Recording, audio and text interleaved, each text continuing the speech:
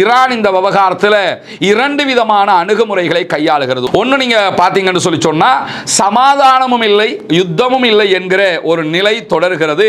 இதை அமெரிக்காவும் சாதகமாக பயன்படுத்த நினைக்கிறது, ஈரானும் சாதகமாக பயன்படுத்த நினைக்கிறது. இதே நேரத்தில் அமெரிக்க அதிபர் அமெரிக்க மக்களை தன்னோட இருக்கிறவனை ஆசுவாசப்படுத்திக்கிறதுக்காக இந்த மாதிரி அறிவிப்புகளை சொல்லியே வர்றார். ஆனால் ஈரானை பொறுத்தவரையில் எங்களுடைய நிபந்தனைகளுக்கு நீங்கள் ஒப்புக்கொள்வதாக இருந்தால் நாங்கள் வர்றோம், இல்லைன்னா விட்டு வேலையை பாருங்கிற அளவுக்கு தான் நிலைமை போய்கொண்டிருக்கிறது. மத்திய கிழக்கில் ஒரு காலம் இருந்தது அமெரிக்கா சொல்வதுதான் சட்டம் என்று இருந்த நிலையில் தற்போது முழு மத்திய கிழக்கையும் குறிப்பாக ஹொர்முஸ் உள்ளிட்ட மிடில் ஈஸ்டினுடைய வளைகுடா பகுதிகளை ஈரான் கண்ட்ரோல் பண்ணுகிறது என்கிற செய்திகளை நம்ம பார்க்க முடிகிற அதே நேரத்தில் இன்றைக்கு காலையில் ஜல்வீர் என்கிற இந்தியாவினுடைய மற்றொரு கப்பலையும் அமெரிக்காவினுடைய கடற்படைகள் தாக்கி இருக்கிறது அப்படின்னு சொல்லி இந்தியாவினுடைய வெளியுறவு அமைச்சகத்தின் ஊடக பேச்சாளர் ஜெயஸ்வால் செய்தியாளர்களிடம் பேசியிருக்கக்கூடிய செய்திகளை நம்ம பார்க்க முடிகிற அதே நேரத்தில் அமெரிக்க அதிபர் டொனால்ட் ட்ரம்ப் இன்றைக்கு இரவு நாங்கள் உங்க மேல தாக்குதல் நடத்துவோம் என்று சொல்லியிருக்கக்கூடிய சூழல்ல ஈரானுடைய ஐஆர்ஜிசியினுடைய விண்வெளிப்படை தலைவராக செயல்படக்கூடிய மஜித் மூசாவி அவர்கள் வெளியிட்டிருக்கக்கூடிய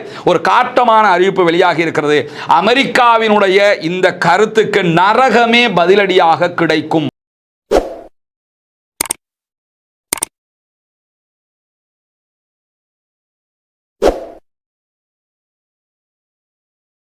அன்பிற்கினிய சகோதர சகோதரிகளே, நம் அனைவர் மீதும் ஏக இறைவனுடைய அமைதியும் கருணையும் உண்டாகட்டுமாக என்கிற உயரிய பிரார்த்தனைகளோடு பாலஸ்தீனத்தில் தொடங்கிய இஸ்ரேலிய ஆக்கிரமிப்பு இராணுவத்தினுடைய தாக்குதல்கள் தற்போது மத்திய கிழக்கு முழுவதுமே ஒரு புது வகையான பதற்றத்தை தோற்றுவித்திருக்கிறது. குறிப்பாக ஈரான் மீதான அமெரிக்க இஸ்ரேலிய தாக்குதல்கள் தோல்வி அடைந்ததை தொடர்ந்து ஈரான் தான் ஜெயித்துவிட்ட மனோநிலைக்கு வந்துவிட்டது என்பது உலகத்திற்கே தெரியும்.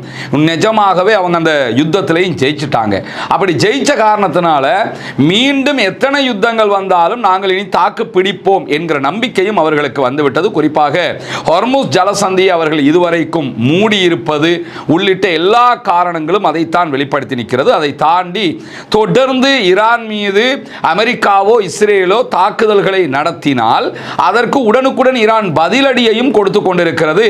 இதுவெல்லாம் நாங்கள் சளைக்கவில்லை, நாங்கள் தோற்க மாட்டோம், நாங்கள் நின்று பிடிப்போம் என்கிற செய்திகளை மீண்டும் மீண்டும் அமெரிக்காவுக்கும் இஸ்ரேலுக்கும் அதனுடைய நேச நாடுகளுக்கும் கொடுத்து கொண்டே இருக்கக்கூடிய செய்திகளாக நம்ம பார்க்க முடிகிறது. இந்த நிலையில தான் நேற்று முந்த நாளாகிய 2 நாட்களும் அமெரிக்காவுக்கும் ஈரானுக்கும் இடையிலான முறுகல் உச்சம் தொட்டிருக்கிறது. மறுபுறம் இஸ்ரேலும் லெபனான்ல தாக்குதல்களை அதிகரித்துக் கொண்டு வரக்கூடிய சூழல்ல ஈரான் லெபனான்ல இஸ்ரேலுடைய தாக்குதல்களை கட்டுப்படுத்தவும் அமெரிக்காவை கண்ட்ரோல் பண்ணுவதற்காகவும் வேண்டி பல பதிலடி தாக்குதல்களையும் கொடுத்து கொண்டிருக்கிறது. நேற்று இரவு பின்னேரங்களில் ஹொர்முஸ் ஜலசந்தி முற்றுமுழுதாக மூடப்படுவதாகவும் ஈரான் அறிவித்திருக்கிறது. ஆல்ரெடி மூடி வச்சிருந்தாங்க. பிறகு ஒரு நாளைக்கு 20-25 கப்பல்கள் ஈரானுக்கு கப்பம் கட்டிட்டு போற மாதிரி அவங்க திறந்து விட்டு இருந்தாங்க. இப்போ அதை கூட நாங்கள் மூடுறோம் அப்படின்னு சொல்லி அறிவிச்சிருக்கக்கூடிய சூழல்ல நேற்று இரவும் இன்று காலையிலையும் பரஸ்பர தாக்குதல்கள் ஈரானுக்கும் அமெரிக்காவுக்கும் இடையில உச்சமாக நடைபெற்றிருப்பதை நம்ம பார்க்க முடியும். குறிப்பாக அமெரிக்கா ஈரான் மீது ஈரான்ல பல பகுதிகளை இலக்கு வைத்து தாக்குதல்களை நடத்தி இருக்கிறார்கள். ஈரானுக்குள்ளே இருக்கக்கூடிய தகவல் தொடர்பு அமைப்புகள், கம்யூனிகேஷன் சென்டர்கள் மேல தாக்குதல்கள் நடத்தப்பட்டிருக்கிறது. அதே போன்று ராணுவ கண்காணிப்பு தளங்கள் மேல தாக்குதல் நடத்தப்பட்டிருக்கிறது. வான் பாதுகாப்பு அமைப்புகள், அயன் டோம் இஸ்ரேல் வச்சிருக்கிற மாதிரி, தேட் சிஸ்டத்தை அமெரிக்கா வச்சிருக்கிற மாதிரி ஈரானும் வச்சிருக்கிறாங்க. சைனாவுடைய சிஸ்டங்களையும் அவங்க வச்சிருக்கிறாங்க. அந்த சிஸ்டங்களையும் இலக்கு வைத்து தாக்குதல் நடத்தி இருப்பதாக அமெரிக்கா சொல்லி இருக்கிற அதே நேரத்தில் ஈரானுடைய தெற்கு கடற்கரையோர பகுதிகளில் இருக்கிற பந்தர் அப்பாஸ் பகுதிகள் மேலேயும் அமெரிக்கா தாக்குதல்களை நடத்தி இருக்கிறது. பந்தர் அப்பாஸ்ங்கிறது ஈரானுடைய இதயம் மாதிரி இருக்கக்கூடிய ஒரு பகுதி. ஏன்னா அங்கதான் மிகப்பெரிய அவர்களுடைய எண்ணெய் ஏற்றுமதி சென்டர்கள் எல்லாம் அமைத்திருக்கிறார்கள். அந்த பகுதிகள் மேலேயும் அமெரிக்கா தாக்குதல்களை நடத்தி இருக்கிற அதே நேரத்தில் மினாப், ஸ்ரிக், கிஷ்தீவு, அதே போன்று கஷும் ஆகிய 4 தீவு பகுதிகள் மேலேயும் அமெரிக்கா தாக்குதல்களை நடத்தி இருக்கிறார்கள். இந்த கஷம் தீவு என்பது ஈரானுக்கு மிக முக்கியமான போற்றிருக்கக்கூடிய ஒரு பகுதி. அதே போல கிஸ் தீவை பொறுத்தவரையில் அங்கதான் ஈரானுடைய பெட்ரோ கெமிக்கல் ஆலைகள் எல்லாம் அமைந்திருக்கிறது. இந்த தீவுகள் மீதெல்லாம் அவர்கள் பல தாக்குதல்களை நடத்தி இருக்கிறார்கள் ஈரானை இலக்கு வைத்து. ஈரானுடைய அரச ஊடகங்களும் தஸ்னிம் நியூஸ் ஏஜென்சியும் இந்த தரவுகளை உறுதிப்படுத்தி இருக்கின்றன. அல் ஜசீராவும் இந்த தரவுகளை உறுதிப்படுத்தி வெளியிட்டிருக்கக்கூடிய சூழல்ல தெஹ்ரானுக்கு அருகில் இருக்கக்கூடிய கராஜ் என்கிற பகுதிகள் மீதும் அமெரிக்கா தாக்குதல்களை நடத்தி இருக்கிறது. மொத்தத்தில் ஈரானுடைய நாட்டின் பல பகுதிகளிலும் அமெரிக்கா தாக்குதல்களை நடத்தி இருக்கிறது. உச்சகட்ட தாக்குதல்களாகவும் இருக்கிறது. இதற்கு பதிலடியாக அமெரிக்காவினுடைய ராணுவ தளங்கள் அமைந்திருக்கக்கூடிய அரபு நாடுகளில் இருக்கிற ராணுவ தளங்கள் மேல ஈரான் உச்சகட்ட பதிலடி தாக்குதல்களையும் நடத்தி இருக்கிறது. குவைத், பஹ்ரைன் ஆகிய நாடுகளில் இருக்கக்கூடிய விமானப்படை தளங்கள் மேல 18 தாக்குதல்களுக்கு மேல ஈரான் நடத்தி இருக்கிறது. ரெண்டு நாட்டிலையும் குவைத்திலையும் பஹ்ரைன்லையும் மட்டுமே 18 தடவைகளுக்கு மேல தாக்குதல்களை நடத்தி இருக்கிறார்கள். அதே போன்று குவைத்தில் இருக்கிற அமெரிக்காவினுடைய 5வது கடற்படை தளத்தின் மீதும் 10 தாக்குதல்களுக்கு மேல நடத்தி இருக்கிறாங்க. மிக கடுமையான தாக்குதல்கள். அமெரிக்காவினுடைய இலக்குகளை நாங்கள் அழித்தே முடிப்போம் என்று சொல்லி தொடர்ந்து தாக்குதல்களை ஈரான் நடத்தி கொண்டிருக்கிறது. அதே மாதிரி ஜோர்டானில் இருக்கக்கூடிய அஷ்ராக் விமானப்படை தளத்தின் மீது 2வது இரவாக 12 பாலிஸ்டிக் மிசைல் தாக்குதல்களை நடத்தி இருக்கிறது ஈரான் என்கிற தகவல்களை ஈரானுடைய அரசு ஊடகங்கள் உறுதிப்படுத்தி இருப்பதை நம்ம பார்க்க முடியும்.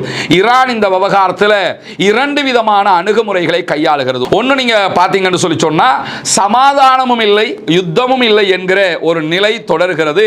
இதை அமெரிக்காவும் சாதகமாக பயன்படுத்த நினைக்கிறது, ஈரானும் சாதகமாக பயன்படுத்த நினைக்கிறது. இதே நேரத்தில் ஈரானை முற்றுகையிட்டிருக்கக்கூடிய அமெரிக்காவினுடைய படைகள் ஈரானுடைய ஹொர்முஸ் நீர்நில பரப்புகளுக்கு வெளியில அமெரிக்காவினுடைய கடற்படை பாரிய கப்பல்களில் விமானம் தாங்கி கப்பல்களில் ஈரானுக்குள்ள போகிற கப்பல்களை தடுத்து கொண்டிருக்கிறது. இதை தடுக்கிறதினூடாக ஈரான் கண்ட்ரோல் ஆகுவாங்க, ஈரானை அடிபடியை செஞ்சிடலாம்னு அமெரிக்கா நினைக்கிறது. அதே நேரம் அமெரிக்காவினுடைய மத்திய கிழக்கில் இருக்கக்கூடிய படைத்தளங்களை ஒரு நாள் விட்டு மறுநாள், மறுநாள் விட்டு ஒரு நாள் என்று சொல்லி அந்த விட்டு விட்டு தாக்குதல் நடத்துவதனூடாக அமெரிக்காவுக்கு மத்திய கிழக்கில் இடமில்லை என்பதையும் அமெரிக்காவை அரபு நாடுகள் நம்புவது இனிமேல் பலனளிக்காது என்பதையும் மிக தெளிவாகவும் துல்லியமாகவும் அரபு நாடுகளுக்கு உணர்த்தி கொண்டிருக்கிறது ஈரான் என்கிற செய்திகளை நம்ம புரிந்து கொள்ள முடிகிற அதே நேரத்தில் இன்றைக்கு வெளியாக இருக்கக்கூடிய மேலதிகமான செய்திகளில் இன்றைக்கு ஈவினிங் நேரங்களில் மட்டுமே 18 பிராந்திய இலக்குகள் மீது புதிய தாக்குதல்களை நடத்தி இருக்கிறோம் என்று ஈரானுடைய IRGC உரிமை கோரி இருக்கிறது. ஜோர்டானில் இருக்கக்கூடிய அல் அஷ்ராக் விமானப்படை தளத்தை பற்றி மிக தெளிவான பல செய்திகளை அவர்கள் குறிப்பிட்டிருக்கிறார்கள். இந்த தளத்தை பற்றி ஈரானுக்கு எதிராக ஒரு தாக்குதலை நடத்துவதற்காக இந்த இடத்திலிருந்து அந்த தாக்குதலை நடத்துவதற்குரிய ஏற்பாடுகளை அமெரிக்கா மீண்டும் செய்து கொண்டிருந்தது. குறிப்பாக அமெரிக்காவினுடைய F-16, F-15, F-35 ஆகிய தாக்குதல் விமானங்கள், ரேடாரில் சிக்காத தாக்குதல் விமானங்கள் என்று அறியப்படுகிற உலகின் நம்பர் 1 விமானங்கள் இந்த அல் அஷ்ராக் விமானப்படை தளத்தில் தான் வைக்கப்பட்டிருந்தன என்று சொல்லியும் இந்த விமானங்களை இலக்கு வைத்து 12 பாலிஸ்டிக் மிசைல் தாக்குதல்கள் நடத்தப்பட்டிருக்கிறது. அங்கு நிறுத்தி வைக்கப்பட்டிருந்த அமெரிக்காவுடைய F-15, F-16 அதே போன்று F-35 ஆகிய ரகங்களை உடைய விமானங்களில் பல போர் விமானங்கள் அளிக்கப்பட்டிருக்கின்றன என்கிற தரவுகளை IRGC சொல்லியிருக்கிறார். அதே நேரம் மேலதிகமாக குறைந்தது அந்த தளத்தில் இருந்த 9 விமானங்களாவது அளிக்கப்பட்டிருக்கின்றன என்கிற தரவுகளையும் நம்ம பார்க்க முடிகிற அதே நேரத்தில் குவைத்தில் இருக்கக்கூடிய 2 விமான படைத்தளங்கள் மீது தாக்குதல்களை நடத்தி இருக்கிறது IRGC. பஹ்ரைனில் இருக்கக்கூடிய ஒரு விமான படைத்தளத்தின் மீதும் ஈவினிங் நேரங்களில் தாக்குதல்களை நடத்தி இருக்கிறார்கள் என்று சொல்லி IRGC-னுடைய தாக்குதல்கள் தொடர்பான அறிவிப்பில் நம்ம பார்க்க முடியும். இப்படி தொடர் பதிலடி தாக்குதல்களை ஈரான் அமெரிக்காவுக்கு எதிராக சிம்ம சொப்பனமாக கொடுத்து கொண்டிருக்கிறது. அமெரிக்க அதிபர் டொனால்ட் ட்ரம்பால் ஒண்ணுமே பண்ண முடியலைங்கிறதை நம்ம பார்க்க முடியும். என்ன பண்ணுவார்னா ஓரிரு நாட்களுக்குள்ளாக ஒரு ஒப்பந்தம் கைச்சாத்திடப்பட்டுவிடும் அப்படின்னு சொல்லி அறிவிப்பார். அடுத்த நாளே ஈரான் பார்த்தீங்கன்னு சொன்னா அதெல்லாம் கிடையாதுங்க, யார் சொன்னா அதெல்லாம் அந்த ஆள் சொல்லிக்கிட்டு இருக்கிறாரு, அதெல்லாம் நடக்காது அப்படின்றாங்க.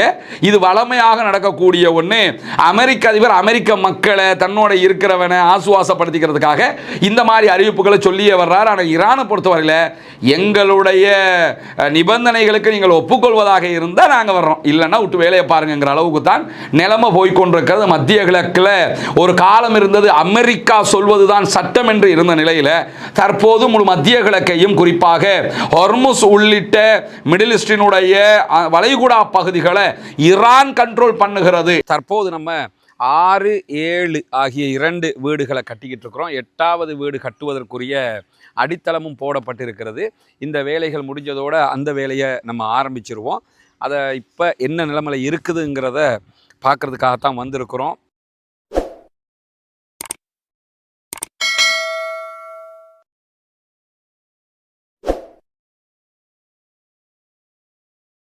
அன்பிற்கினிய சகோதர சகோதரிகளே, நமக்கெல்லாம் தெரியும் இஸ்லாத்தை ஏற்றுக்கொண்ட சகோதர சகோதரிகளுக்கான ஒரு வீடமைப்பு திட்டத்தை இலங்கையினுடைய கிழக்கு மாகாணம் பொத்துவில்ல நம்ம செஞ்சு வர்றோம். ஆல்ரெடி 5 வீடுகள் கட்டி கொடுக்கப்பட்டு விட்டது உரிய சகோதரர்களிடத்தில். அல்ஹம்துலில்லாஹ், அதற்காக உதவி செய்த அத்தனை பேருக்கும் அல்லாஹு தாலா அருள் புரிய போதுமானவன். உங்களுடைய பொருளாதார உதவிகள், ஜக்காத்து, தான தர்மங்களை கொண்டுதான் இந்த பணிகளை நம்ம செஞ்சு வர்றோம்ங்கிறது உங்களுக்கு தெரியும். எந்த ஒரு நிதி நிறுவனத்திடமிருந்தும் பணத்தை கொண்டு வந்து இந்த பணிகளை நம்ம பண்ணலை. யூடியூப் சேனலில் நம்ம அறிவிச்சுக்கிட்டே இருக்கிறோம். அதை பார்க்கிற சகோதரர்கள் செய்யக்கூடிய உதவிகள் மூலமாகத்தான் இதுவெல்லாம் நடைபெற்று வருகிறது. அந்த அடிப்படையில் தற்போது நம்ம 6, 7 ஆகிய 2 வீடுகளை கட்டிக்கிட்டு இருக்கிறோம். 8வது வீடு கட்டுவதற்குரிய அடித்தளமும் போடப்பட்டிருக்கிறது. இந்த வேலைகள் முடிஞ்சதோடு அந்த வேலையை நம்ம ஆரம்பிச்சிருவோம். அதை இப்போ என்ன நிலைமையில் இருக்குதுங்கிறத பார்க்குறதுக்காகத்தான் வந்திருக்கிறோம். பண உதவி செய்யக்கூடிய சகோதரர்கள் அவர்கள் தரக்கூடிய பணத்திற்கான வேலை நடைபெறுகிறதா என்பதை தெரிந்து கொள்ள வேண்டும் என்பதற்காகத்தான் இந்த வீடியோக்களை நம்ம போட்டுக்கிட்டு இருக்கிறோம். எனவே இந்த பணிகள் இப்பொழுது என்ன நடக்கிறது என்பதை வந்து பாருங்கள். வயரிங்கும் நடக்குதுமா? ஓ, நல்ல மாதிரி இப்போவே அது பேசலாம்.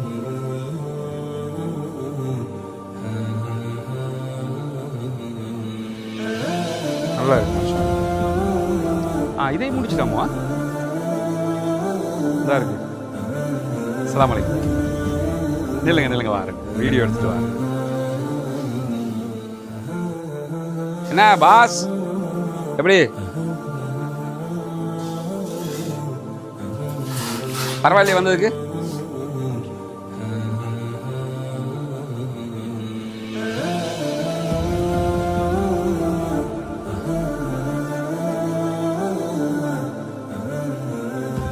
நபிகள் நாயகம் ஸல்லல்லாஹு அலைஹி வஸல்லம் அவர்கள் இந்த நட்பணிக்காக உதவி செய்வதற்கு நிறைய வலியுறுத்தல்களை சொல்லி இருக்கிறார்கள். குறிப்பாக தான தர்மங்கள் தொடர்பான நிறைய நபிகள் நாயகத்துடைய வழிகாட்டலையும் திருமறை குர்ஆனுடைய வழிகாட்டல்களையும் நம்ம பார்க்க முடிகிறது. அதே நேரம் ஜக்காத்து நிதிகளை பொறுத்தவரையில் ஜக்காத்து 8 கூட்டத்திற்கு நம்ம கொடுக்க முடியும். அதில் ஒரு கூட்டத்தினர் முஅல்லஃபத்துல் குலூப், உள்ளங்கள் ஈர்க்கப்படுகிறவர்கள், இஸ்லாத்தை ஏற்றுக்கொள்கிறவர்கள். அப்படியானவர்களுக்காகத்தான் இந்த வீடுகளை நம்ம கட்டிக்கிட்டு இருக்கிறோம்.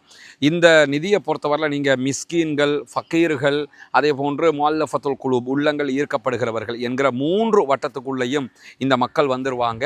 உங்கள் ஜக்காத்து பணத்தை நீங்கள் இதுக்காக தருகிற நேரத்தில் 3 சாராருக்கும் ஜக்காத்து கொடுத்த நன்மைகளும் உங்களை வந்து அடைந்து விடும். அமெரிக்காவினுடைய புதிய தாக்குதல் ஒன்று இந்தியாவினுடைய 3 கப்பல்களை இலக்கு வைத்து நடத்தப்பட்டிருக்கிறது. இந்தியா ஈரான்ல இருந்து எண்ணெய் இறக்குமதி பண்றாங்க. இந்தியாவினுடைய டேங்கர், பெரிய எண்ணெய் தாங்கி கப்பல் ஒன்று நேற்றைய தினம் ஓமான் வளைகுடாவில் தாக்குதலுக்குள்ளாகி இருக்கிறது. 21 மாலுமிகள் காப்பாற்றப்பட்டிருக்கிறார்கள். 3 பேர் காணாமல் போயிருக்கிறார்கள் என்கிற செய்திகளை நம்ம சொல்லியிருந்தோம்.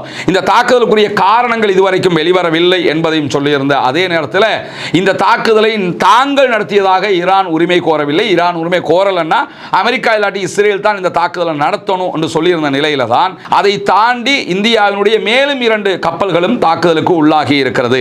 இந்த தாக்குதல்கள் அனைத்துக்கும் அமெரிக்கா தான் காரணம் என்று அமெரிக்காவே உரிமை கோரி இருக்கக்கூடிய செய்திகள் வெளியாகி இருக்கிறது. கப்பல்கள் மீதான தாக்குதல்களை உடனடியாக நிறுத்த வேண்டும் என்று சொல்லி இந்திய வெளியுறவு அமைச்சகம் அமெரிக்காவிடத்தில் கோரிக்கை விடுத்திருக்கிறது என்று இந்தியாவுடைய வெளியுறவு அமைச்சகம் வெளியிட்டிருக்கக்கூடிய செய்திகளை நம்ம பார்க்க முடிகிறது. அதே நேரத்தில் இன்றைக்கு காலையில் ஜல்வீர் என்கிற இந்தியாவினுடைய மற்றொரு கப்பலையும் அமெரிக்காவினுடைய கடற்படைகள் தாக்கி இருக்கிறது அப்படின்னு சொல்லி இந்தியாவினுடைய வெளியுறவு அமைச்சகத்தின் ஊடக பேச்சாளர் ஜெயஸ்வால் செய்தியாளர்களிடம் பேசியிருக்கக்கூடிய செய்திகளை நம்ம பார்க்க முடிகிறது. அதே நேரத்தில் ஓமான் வளைகுடாவில் நேற்றிரவு அதே போன்று இன்றைக்கு காலை வரைக்கும் 3 எண்ணெய் கப்பல்கள் செயலக்க செய்யப்பட்டிருக்கின்றன. செயல்பட முடியாத அளவுக்கு அமெரிக்காவினுடைய தாக்குதல்களுக்கு உள்ளாகி இருக்கின்றன என்கிற செய்திகள் வெளியாகி இருக்கிறது.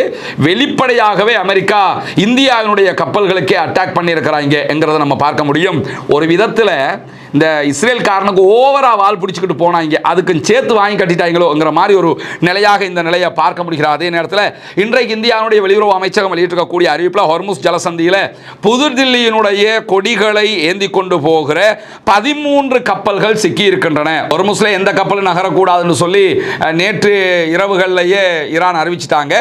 ஆல்ரெடி இருக்கக்கூடிய கப்பல்களில் 13 இந்தியாவினுடைய கப்பல்கள் அங்கே சிக்கி இருக்கிறது என்று சொல்லியும் அதில் 562 இந்திய மாலுமிகள் இருக்கிறார்கள் என்கிற செய்திகளோடு வளைகுடாவில் மட்டுமே இந்தியாவினுடைய மாலுமிகளே 16,000 பேர் இருக்கிறாங்க எல்லா கப்பல்களுக்குள்ளேயும் அப்படின்னு சொல்லியும் இந்தியா வெளியிட்டிருக்கக்கூடிய செய்திகளில் நம்ம பார்க்க முடிகிறது. அதை தாண்டி இன்றைக்கு ஃபாக்ஸ் நியூஸ் ஏஜென்சியிடம் அமெரிக்க அதிபர் டொனால்ட் ட்ரம்ப் பேசியிருக்கிறார். அந்த செய்திகளும் வெளியாகி இருக்கிறது. அதில் ஈரான் தொடர்பாக அவர் வெளியிட்டிருக்கக்கூடிய செய்திகளில் தன்னுடைய நிர்வாகம் ஈரானோடு பேச்சுவார்த்தைகளை நடத்தி கொண்டிருக்கிறது என்று சொல்லியிருக்கிறார்.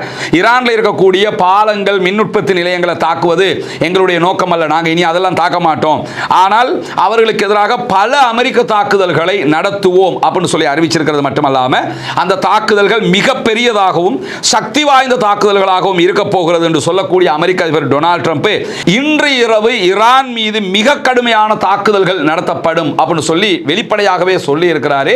அது நடத்தப்படுமா இல்லையாங்கிறது நடத்தப்படும் போது தான் புரிஞ்சுக்க முடியும். ஆனால் இன்றைக்கு இரவு நாங்கள் ஈரான் மீது மிக கடுமையான தாக்குதல்களை நடத்துவோம்.